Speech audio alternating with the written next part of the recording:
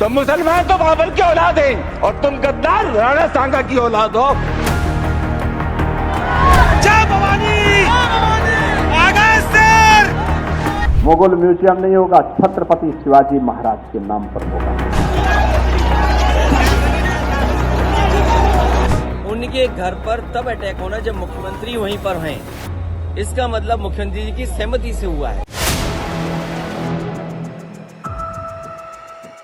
दोस्तों, उत्तर प्रदेश की कानून व्यवस्था पिछली सरकारों से लाख गुना अच्छी हो गई है। माफियाओं का राज खत्म हो गया है। अपराधी थर थर कांपते हैं। बेटियां रात को 12 बजे भी बिना डरे कहीं भी आ जा सकती हैं। लेकिन उसी उत्तर प्रदेश की धरती पर एक सिटिंग सांसद के घर पर अटैक हो जाता है और बाबा की एनकाउंटर पुलिस तमाशबीन बनी खड़ी रह जाती है। खास बात यह है कि ये सब कुछ उसी आगरा में होता है जहां खुद घटनास्थल से करीब 1 किलोमीटर दूर मुख्यमंत्री योगी आदित्यनाथ की मौजूदगी होती है। इस दौरान करणी सेना का सांसद रामजी लाल सुमन के घर पर हमला करना क्या एक संयोग मात्र है या फिर इसके पीछे कोई सियासी खेल चल रहा है? जानने के लिए सिलसिलेवार तरीके से हुए घटनाक्रम को पहले समझते हैं, फिर आते हैं अखिलेश यादव के बयान पर।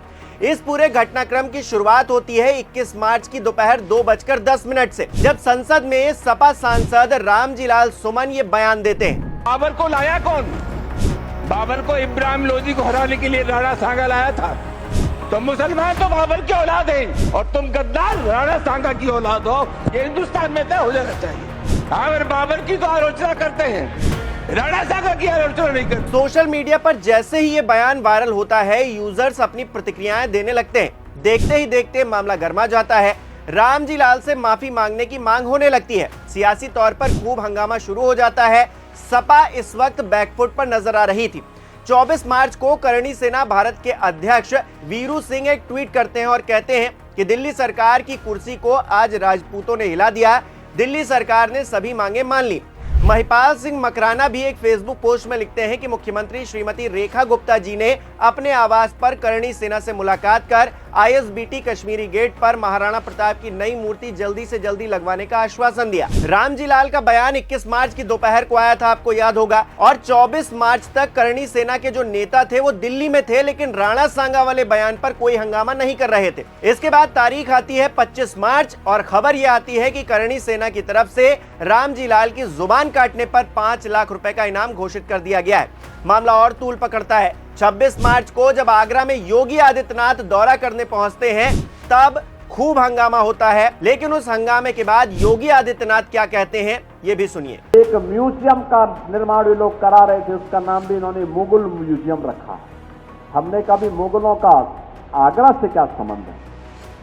आगरा का संबंध ब्रजभूमि से है, वृंदावन बिहारी लाल से है, राधा रानी से है, और आगरा की पहचान अगर किसी से है तो छत्रपति शिवाजी महाराज से है। और इसीलिए हमने कहा यहां का म्यूजियम का नामकरण मुगल म्यूजियम नहीं होगा, छत्रपति शिवाजी महाराज के नाम पर होगा। तो एक तरफ योगी आदित्यनाथ ये बयान देते हैं, तो दूसरी तरफ बुधवार की ही सुबह 11 बजे से करणी सेना के राष्ट्रीय अध्यक्ष वीरू प्रताप सिंह, युवा सेना के अध्यक्ष ओकेंद्र राणा 2 बुलडोजर, करीब 100 4 व्हीलर और 2 व्हीलर के साथ में कार्यकर्ताओं को लेते हैं और एदमादपुर स्थित यमुना एक्सप्रेसवे के पुल के नीचे इकट्ठा होते हैं। पुलिस उन्हें यहां रोकने की कोशिश भी करती है, लेकिन वो आगरा की तरफ बढ़ते चले जाते हैं।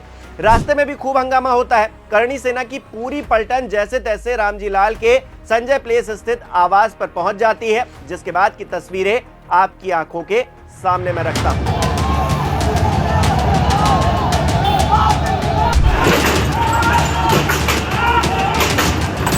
जय भवानी! आगे सर! सर आगे सर! सर आगे देख ले! ये रास्ता घर! आगे सर!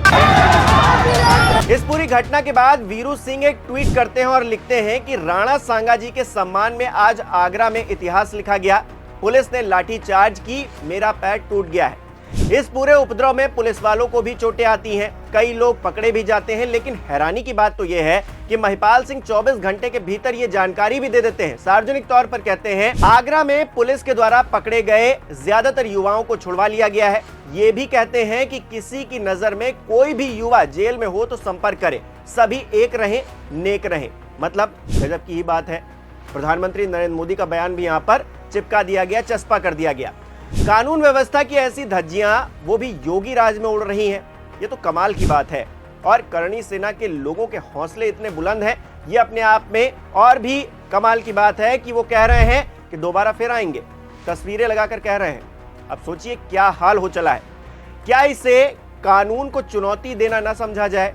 आप खुद कमेंट करके हमें बताइए कि आखिरकार आप इसे कैसे देखते हैं। और अखिलेश यादव का ये बयान भी सुनिए। हमजा सुमन जी के साथ घटना हुई है, निंदनीय है, दुखद है। एक दलित सांसद जो बहुत ही अनुभवी हैं, बहुत सीनियर हैं, उनके घर पर तब अटैक होना जब मुख्यमंत्री वहीं पर हैं। इसका मतलब मुख्यमंत्री जी की सहमति से हुआ है। ये जो जीरो टॉलरेंस की बात करने वालों का जीरो टॉलरेंस ही जीरो हो गया है।